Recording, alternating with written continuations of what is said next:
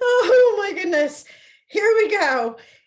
What do I have to share with you right now is so important that it will determine success or failure.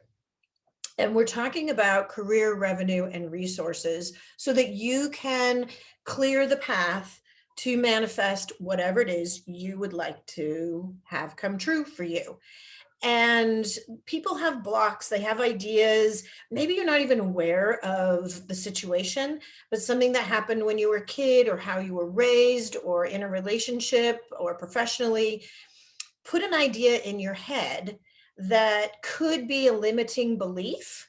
And what we want to do is clear those limiting beliefs so that you're of the right mindset to know that you can make the difference in the world that you are ready to make.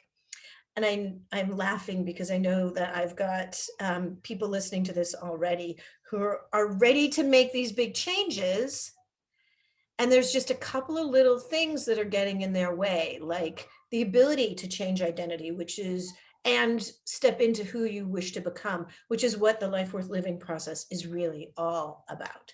So, with that, let's share my screen and get on with the show already. Get on with the show. Here we go. So here it is. This is actually what started the Life Worth Living process, um, was creating this clear path for yourself. And we're going to start, we've already started by creating a vision, by clearing out the obstacles of who you used to be and determining who you wish to step into to become. And there are times when you think you want to be something and you just don't know how to get there. Or once you get there, you realize, oh, this isn't exactly what I had in mind. So then we need to adjust. Or maybe whatever you thought it could be is not in alignment with your core beliefs. So that's why we do the assignment to figure out your core values so that we have your core values in mind when you're making decisions on what is right for you, so that you can create this vision and the incremental steps that are in alignment with your core value system so that you have the clear, easy steps to get to your goal. And each of those steps are just a little bit outside your comfort zone, because literally your brain will say, oh no, we have to stay right where we're at. We survived this just like this yesterday, and we're going to continue to survive. So don't risk that next step, because I don't know that we'll survive, but we survived today. So just stay right where you're at in your safe little place. Um, the other thing, and I was just talking with a client about this earlier, was when she is thinking about taking that next step, she literally feels sleepy, like her brain is turning off and going off into the distance. And I'm like, that's your cue that that's probably the right next step to take. And your brain is retreating, going, no, that's outside my comfort zone. Don't go there. We stayed alive just staying right here. Don't grow.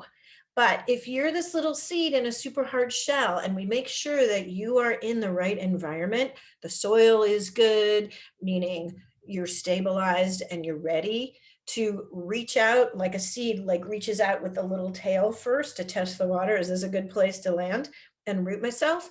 And literally this hard nut, this hard seed transforms into a vegetable and then grows and then gets the nourishment from the soil to make sure that there's enough stability and this is the right place to grow.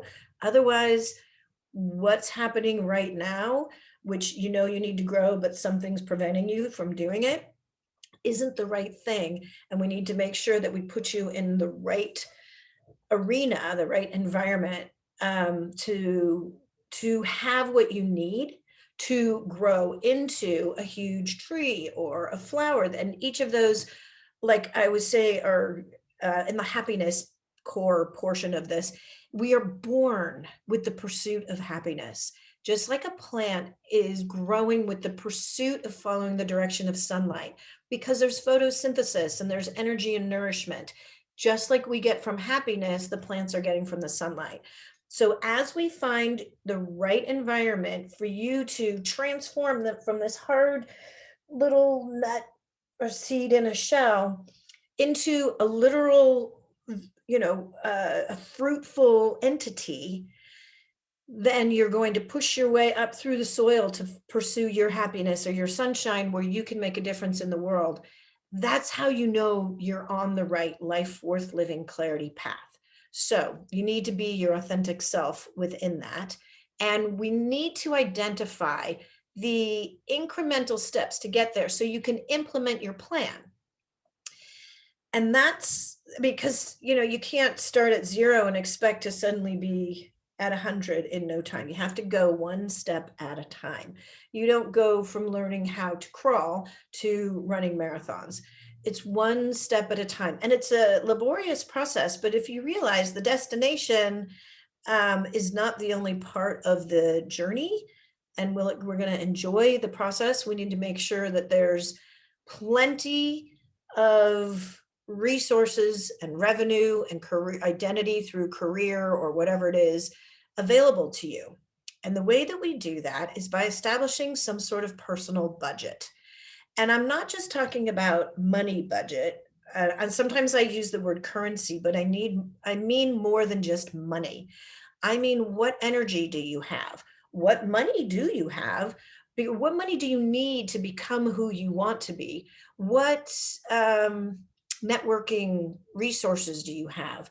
What do you need? Do you have the food, clothing, shelter to go up to the next level to build relationships on Maslow's hierarchy of needs? What do you need to go all the way up that pyramid so that you are having self-actualization, fun, and diversion? So we're going to start with one piece of this at a time. And we're going to start with the finances because sometimes that's what worries us the most. Relationships that we have with ourselves and others are often off put because we have disagreements in finances. So we want to make sure that you get growth and you understand risk and return enough. I'm not being your financial planner. I'm just being your guide. And I'm going to set the tone for you that if finding somebody to help you with this further is what you need, then I'm going to act as the catalyst as that, but I am not the person you're coming to for that. Got it? Because I'm high level. So what we're going to do is put together your personal budget with the profit and loss and determining risk so that you can get growth. And we're going to start with the practical, the logistics here. So we're going to define revenue. Revenue is the money coming into you. So, and we're just talking about money. We can do this metaphorically also of the energy that's coming in, the resources, the network that you've got, and all the other things, the health that you're bringing in. Those are all metaphors for the same thing. But right now, I'm just going to talk about the hard knocks of a budget, a financial budget. So with that, there are several different types of ways to have money coming into your account, which means revenue. There's passive income, which means the money is making the money for you. There's active income, where you're going out and you're making an exchange of your skills, knowledge, and experience for a certain amount of salary. And with the salary might come other things, but we're just talking about the money piece right now. But those other things are also revenue. It could be healthcare. It could be benefits for working in a specific place that might have discounts there, or you get fed, or you get to rub elbows with really smart people. I'm thinking of academia. You get a book written, or you get your name published on something. So whatever those other things are, those are also benefits, but we're just talking about the money right now. So passive money or passive income, your money is working for you. Active income, you're exchanging your skill set for money. Interest and dividends means that you've invested money. And again, that's considered passive income, but it gets a different line item here if it's not well, it's an investment. You can put it however you want. And miscellaneous, maybe you've received a loan, maybe somebody sends you money on a regular basis, whatever it is. So you're going to add up those line items. That equals revenue. Okay. Now we're going to talk about expenses, but I'm just going to give you this sentence. Revenue minus expenses is your net profit or loss. So if you have more money coming in than you have going out, you've got a net profit. If you have less money coming in than going out, that's considered a net loss. And when you look at this, it's okay if one is one way or another way. It's just important to give yourself a starting point right now so you know where you are at. Okay, so revenue coming in is the passive and active income and any miscellaneous to get the total. Expenses might look like this, and you can pause the video and or take a snapshot of this or print it out and start to line item. How much are you spending on where you live each month? And that would include utilities, insurance, repairs, services, the rent, all the things. If you have to pay for parking, if you have to pay for laundry, whatever the things are. And then what I've done here is I've included like transportation, health, recreation, personal, daily living, entertainment, vacations, subscriptions, and financial obligations so that you can take the time you need to really put together a balance sheet to determine whether, not only whether you're making a net profit or a net loss, but how much, what's the gap? And the benefit of taking the time to do this is you might realize that you've got magazine subscriptions or television subscriptions or something that you're paying on a regular basis, which becomes a fixed cost, which means you pay for it each month no matter what, versus a variable cost, which you can either choose not to pay for it or not. And we'll talk about that in a minute. But it might be something that you can increase your net profit or decrease the amount that you're losing each month by changing some of the expenses, or by decreasing the expenses or by increasing the revenue. Okay, so if you need help with that one, let me know, but I think this will give you a snapshot that you may not have otherwise had. Now, we're going to talk about passive income. Passive income is positioning your money to work for you by earning more money. We're going to talk about that, as the word for that is return. And it's, that is an income. And you remember, it's important to note that when you invest in something, there's no promise of a return. In fact, there may be a risk of losing your original investment. So return and risk go hand in hand. And the returns, meaning how much money you earn or how much money your money is earning for you, depends on the type of asset, whether it's real estate or a certificate of deposit or a bond or a company or whatever it is that you're investing in, will determine whether you lose that initial investment or if you're breaking even or if you're making money from it. This slide shows savings, education, and college. You can put whatever you need on those buckets, those jars. Investing time and money in yourself is always a win to add skills and adventures into your life. Now, remember, we're going through the life worth living process. And sometimes I ask myself, what is money for? And there's a time and a place to spend any money that you have, or revenue or resource or whatever it is, to have the education, to have the life experience, or to make a difference, to influence your contribution in the world, to create a legacy for yourself.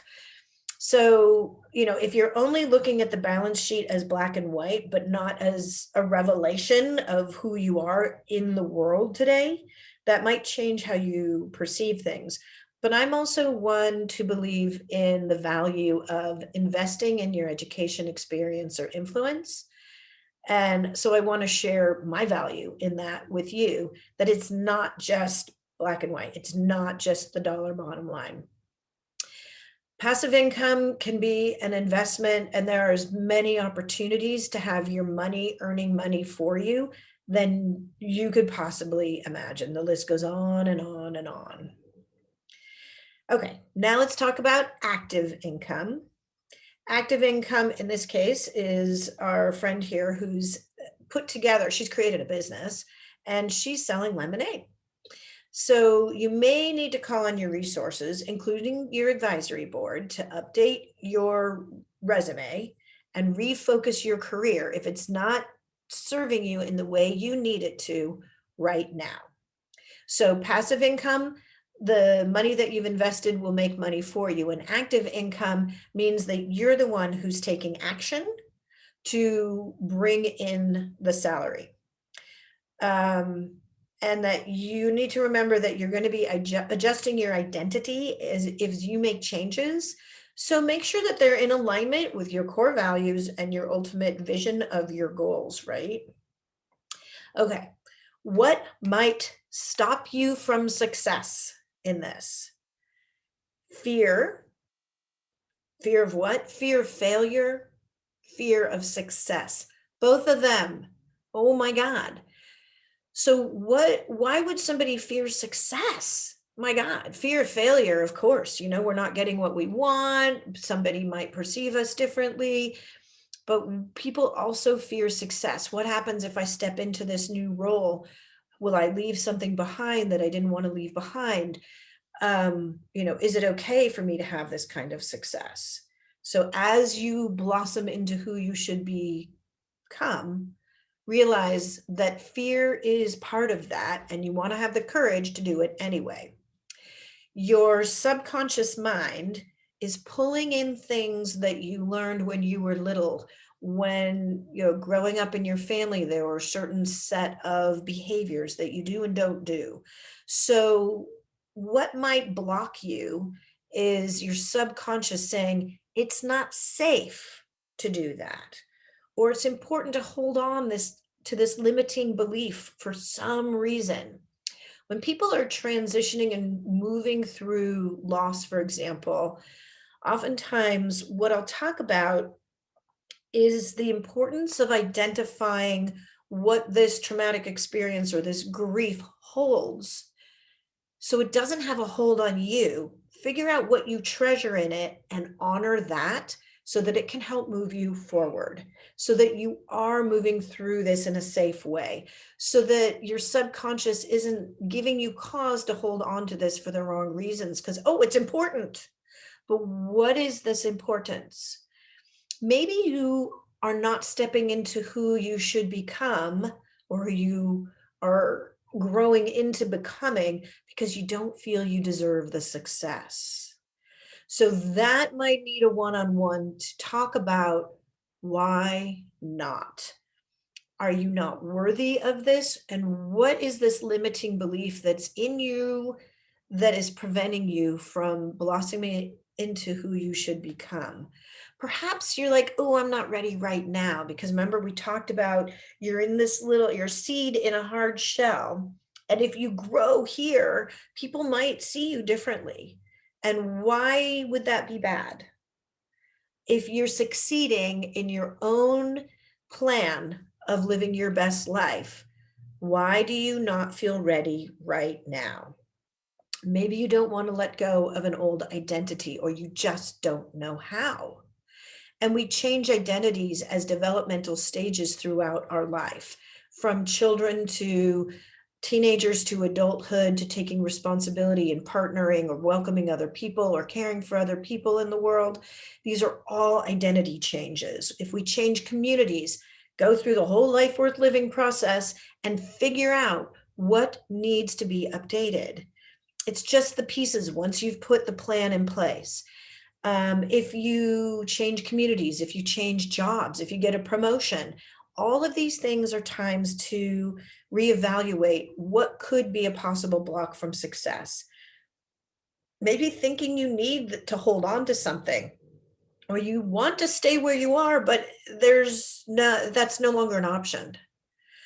So how do you assess this natural realignment that happens when you clear the blocks? It is like magic to clear these internal messages that you've been sending yourself to allow yourself growth will just put you in alignment and suddenly whoosh, everything blossoms. It is fantastic. Okay, next topic.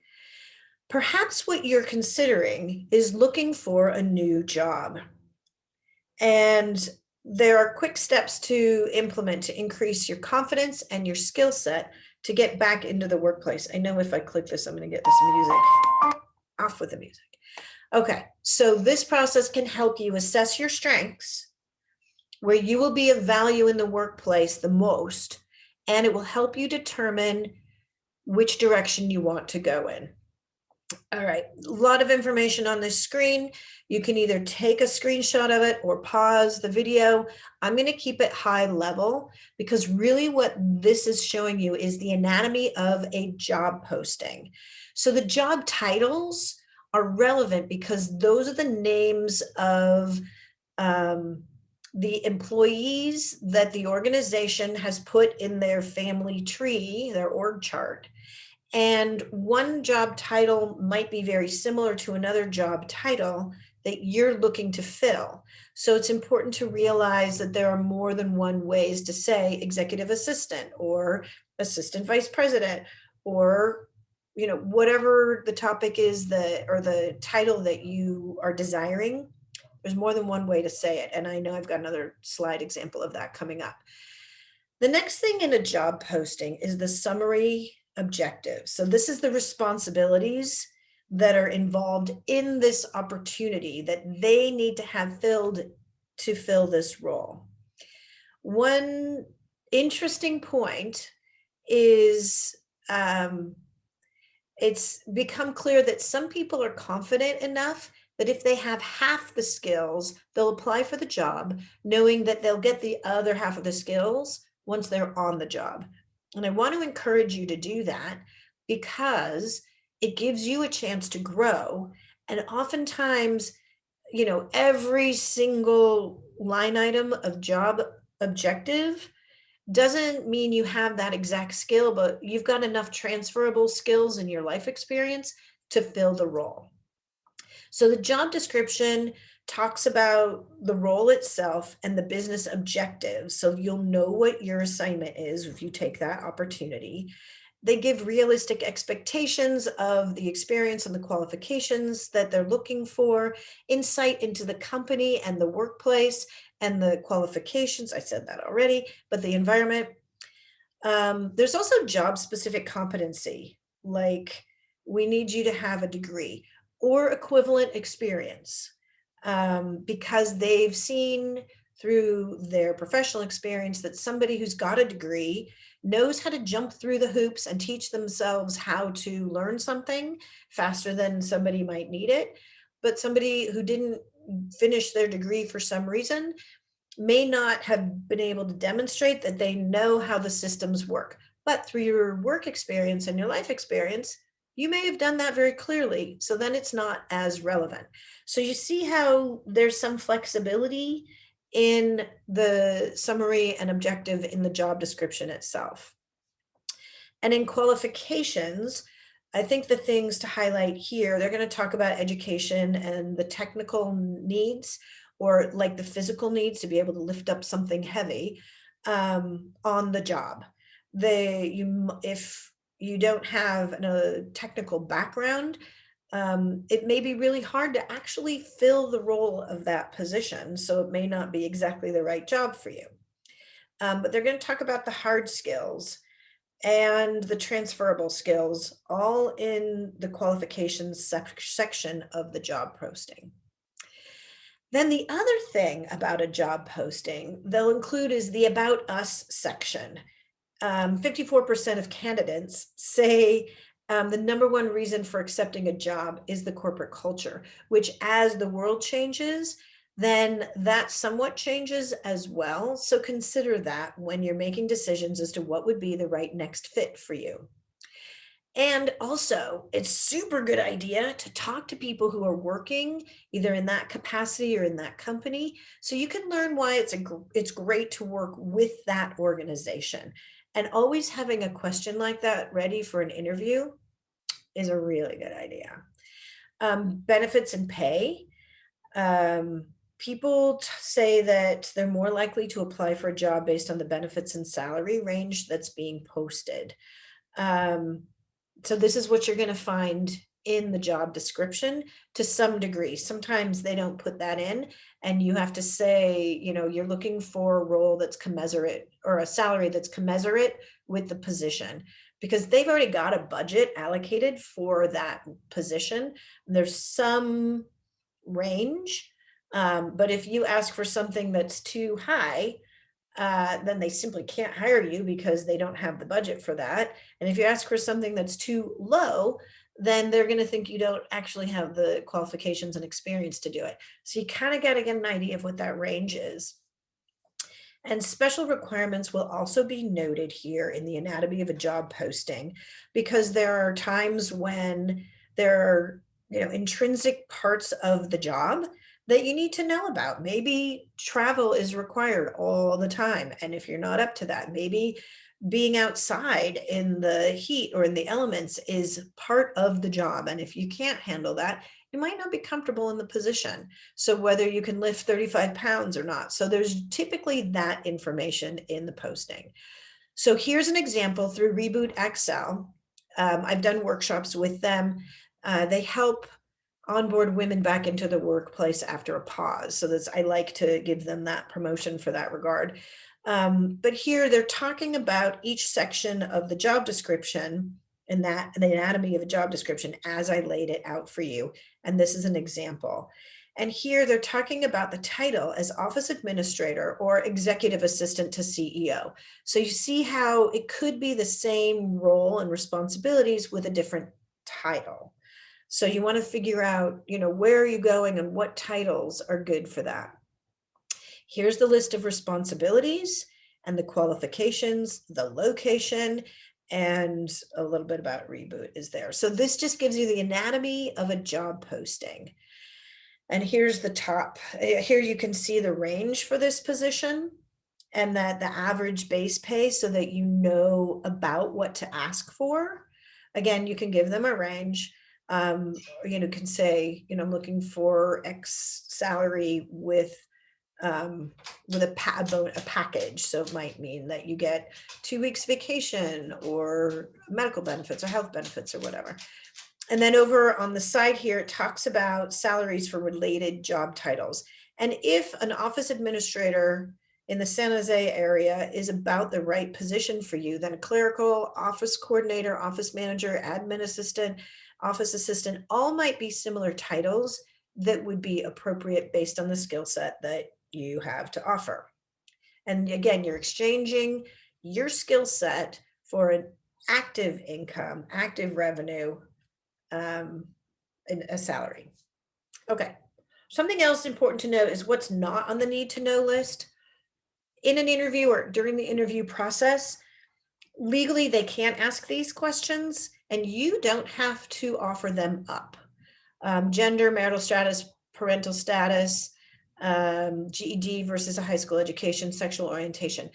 There are exceptions to the discrimination law. I know one piece of that is a religious organization can choose someone who has the same beliefs that they do over somebody who does not. That's one example.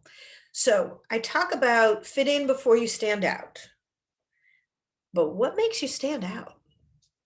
And here's an opportunity to use all of the exercises that we've done about creating your values, identifying what your superpowers are, and highlighting some of your life experience and your professional experience in a cover letter, so that you aren't just one in a sea of resumes.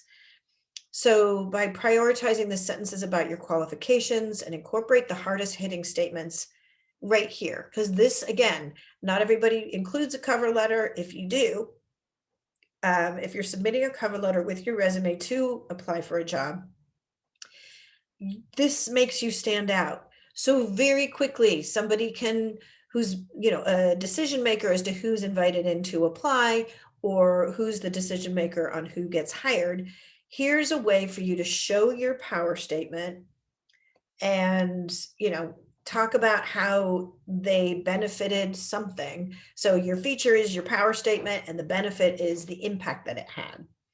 For example, for a bank teller job, you might say, my strong mathematical skills, customer service orientation, attentiveness to detail, and ability to work with precision makes this job an excellent fit for me. And then you say how and why. Okay, so now we're going to help plot your career or your clear path.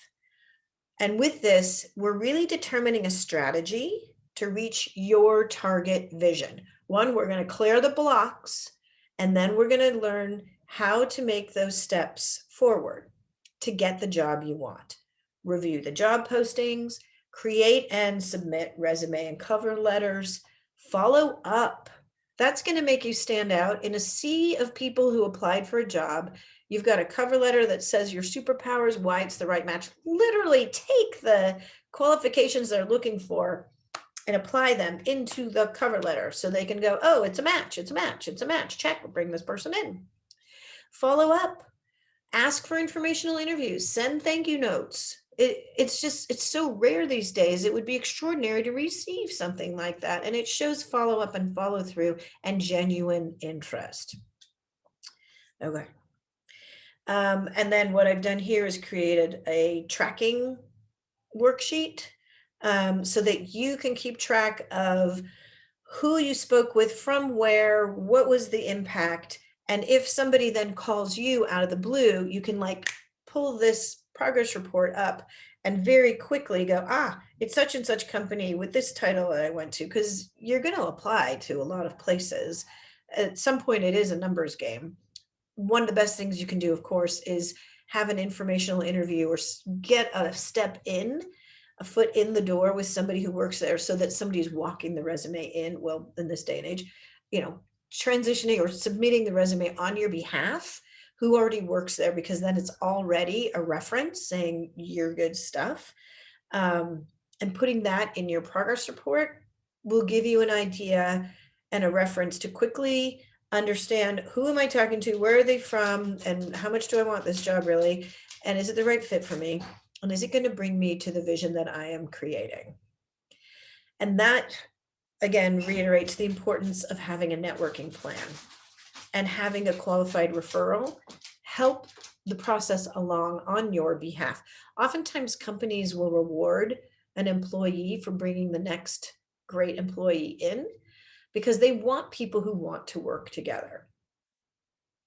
All right, so how are you going to get the right referral so that you can get the right job for you? And you can do that by using your advisory board. So do you remember this? This is how you can access all the support, expertise, advice, and connections that you can imagine. And the emotional champions who will support you along the way and also, help navigate which way you should be going. Subject matter experts, so you have the technical support to help you with your resume, with your cover letter, help you narrow down, what color is your parachute kind of thing, of what is the right job for you, where you should be going. And then your accountability and leverage partners. So these are the people who are going to keep you on track and leverage their position for your success. Okay. And do you remember about how to develop your network? You're not starting at zero. So if you don't know someone at the company, maybe you've got someone in your world who does. And what level of influence do they have on a scale of 1 to 10? So that you can figure out who you should start with. That's what that's about. And also consider the people who could bring you one step closer.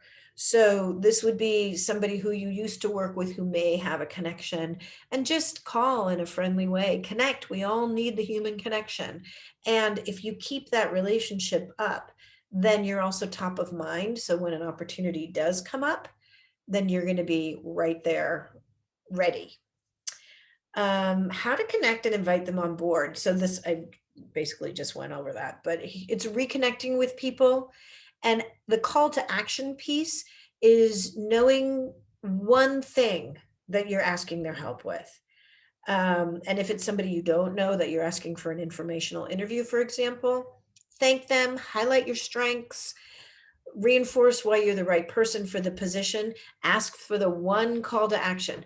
I'm really looking forward to speaking with the decision maker on this position. It would be such a great fit for me. And I'd really love to represent this company for XYZ reasons because you love that company.